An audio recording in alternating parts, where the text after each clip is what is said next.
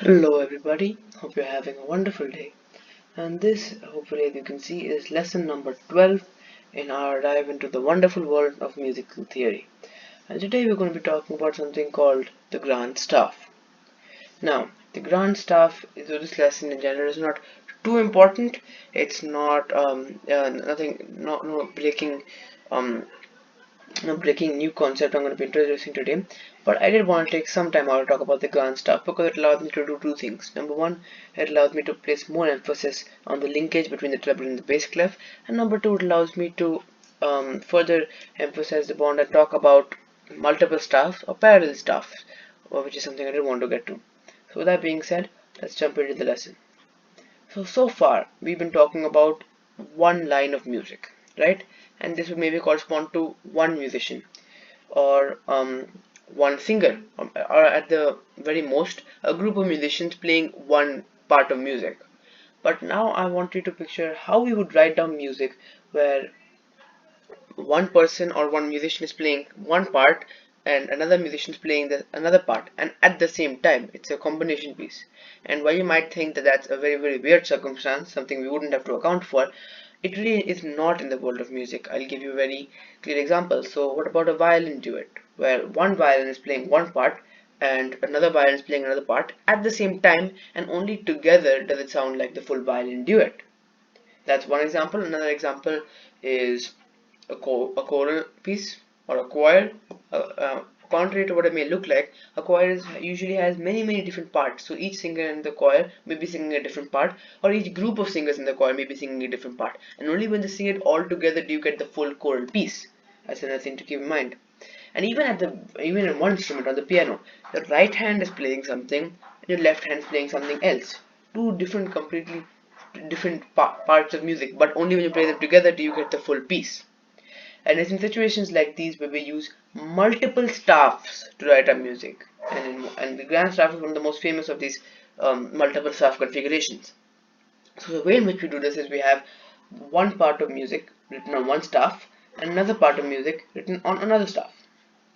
And the number of staffs I write, a number of staffs I include is dependent on how many parts I have. If I only want to include two parts, two different lines of music which has to be played together, I include two staffs. If I have to include maybe four, in the case of a choir where there are usually four different parts, four different groups of singers singing four different pieces of music, I might include four staffs which are all parallel to each other, right? Imagine each one of these lines is a staff, right? Four staffs parallel to each other. If I want to include music for an entire orchestra, the orchestral scores, you can imagine how many instruments that there are in the orchestra. So sometimes you can have seven staffs, sometimes you have even more than seven staffs. Sometimes you have eight staffs, nine staffs. It can even go up to 15 depending on how many instruments the composer writes for. And these are all little cases where you want multiple different parts or often multiple different instruments to play together at the same time. As hopefully I've outlined by now, that's not a very uncommon circumstance in music. And so that's why when we want to try for that kind of situation, we use multiple staffs. And to give you an intuition for how that works is, let's say I have let me write down some random music here. So this is going to be my music for the first part, let's say, right? So for the right hand of the piano, maybe one violin, and then on the second staff I'll write some other music. And this music and that music have to be played together, either by one person in the case of a piano or by two different people. So one person is playing this and another person or the same person is playing that, and they're supposed to be played at the same time in sync, and only then is the full music apparent or played. And that's basically how we write down in terms of multiple staffs. So that's what we do when we're using multiple staffs to write down music. And one of the most famous of these multiple staff configurations is the grand staff. And this is most notably used for piano music. Piano music. Sure, we've all heard of the piano. And as I probably hinted to before, the right hand, which usually, as we've discussed, plays on the right hand side of the piano. The right hand plays the top line, which is written in the treble clef because its right hand is playing the higher parts. So the higher parts of the music are in the top line, which are played by the right hand. The right hand, and it is written in treble clef because the right part of the piano where you would use the right hand is relatively high. So again, to fit my music relatively comfortably within my 5 lines, I will use the treble clef. Now for my left hand, so we will use the bottom line, and that's written in the bass clef. Hopefully you can think about that, you can sort of realize why, because in the left side of the piano the notes are much lower, right? So if I want to fit my music properly comfortably within these 5 lines, right, I will have to I most likely use the bass clef. So as I said, the top line is used for right hand and the bottom line is used for left hand. And generally this can be thought of as one, it's not only used in piano music, it's also used to just generalize, like, standardize music, where you have all the high parts in one staff and all the low parts in another staff. So in other words, a high piece of music here and a lower piece of music here, then you combine them. I mean, that didn't make much sense, but hopefully you understood what I'm trying to talk about. And another thing to keep in mind is, especially when you're talking about the piano, is that these are completely different. They have no overlap. So I'm writing one piece of music here, one piece of music there. The music from here usually does not flow into that, and vice versa. We're not writing one piece of music on two staffs. We're writing two separate pieces of music using two separate staffs, but they are to be played together. Hence this little bracket here. So I could even have one note like this on the bass clef written in the grand staff, which you might think would be better to write in the treble clef. I could have one note there. I could even have one note on the treble clef which goes really down. But still, I write it like this. It doesn't flow from one staff to the other. As I said again, it's not one piece of music being written on two staffs, not one part of music being written on two staffs, but two separate parts being written on two separate staffs. Now, that being said, there is one thing to be kept in mind here, that the grand staff can also, so hopefully I've illustrated the point that these are two separate staffs, right? But you can also connect them. These can be connected, and I just wanted to show exactly how the treble clef and bass clef connect in terms of pitches. So I'll just show that. So hopefully if you've been seeing the original lessons, right, you know that this bottom line in the bass clef is G, right? And hopefully you know that this one is an A, and I'll just continue writing them all. So B, C, D, E, F, G, and A, and we reach A here. Now let me try drawing it for the treble clef. So hopefully again, if you've been seeing the lessons, the bottom line is E, and the space after that is F, and you can keep on going A, B, C, D, E, and we reach F again, and we share E and F again. And now you see I've got this big disconnect here. So once again, music does not flow. This is just a way for me to show you how the treble clef and bass clef link in terms of pitches, right?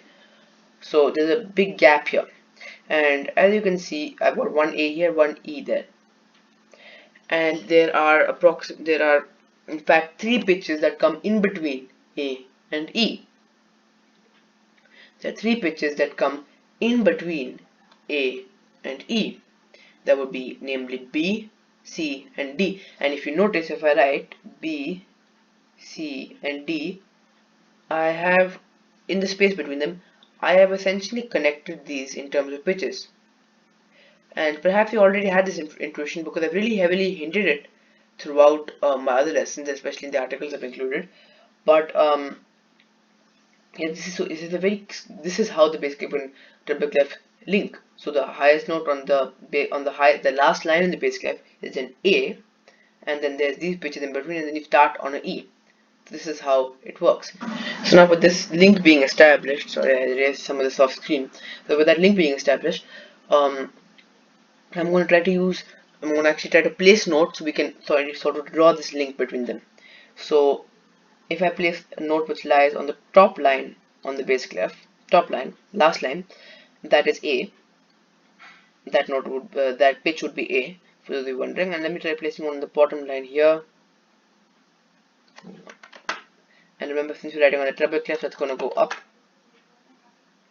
Another characteristic, remember, 2 separate parts of music. So the treble clef goes up, remember that much. Right? And let's say this one's A. This one's E. Hopefully you remember this by now. So A and E. And as I said, the 3 pitches that come in between these would be B, C, and D. So let's try to use ledger lines to reconstruct what that would look like.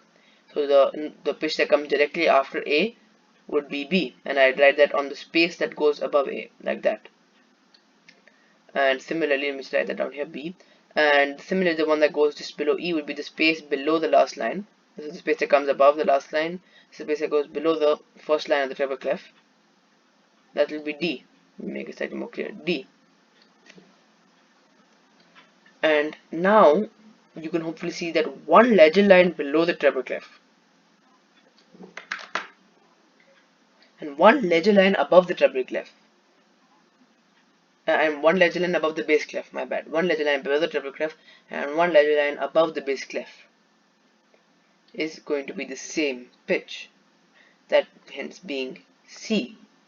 And this is in fact, hopefully if you've seen my previous lesson, what we call middle C. And this is how the treble and bass clef link. So the the first legend line that comes below the staff in the treble clef is the same as the first legend line that comes above the staff on the bass clef. So this is the same pitch, and you can think of this as part of the bass clef or as part of the treble clef. And this is how this links.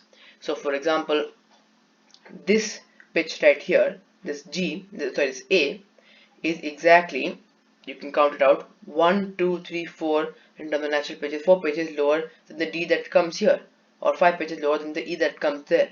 So this is very clearly the link. This is how it flows. So G, A, B, C, D, E, F, and then you can keep on going, and it flows like this with only one legend line in between them, C, middle C. Now with that being said, I don't want to confuse you from what I said earlier. This is not, we don't write, when we're writing on the grand staff, we don't let music flow from one staff to the other like that. That's not what we do. It's one part of music here and one part of music here. One music comes here, one music comes here, and they don't overlap at all. But using the grand staff, I just wanted to show you that that's how the treble and bass clef link. That's how the pitches are arranged in the treble and bass clef. And for example, I can just use some legend lines to just illustrate one last thing. Based on that, you can just see that this pitch that comes 2 legend lines above the bass clef is the same as this pitch. These two are the same. These two are the same because, as we said, this pitch which comes exactly in between the bass clef and the treble clef, and in fact it exactly divides the piano into two different sections. This middle C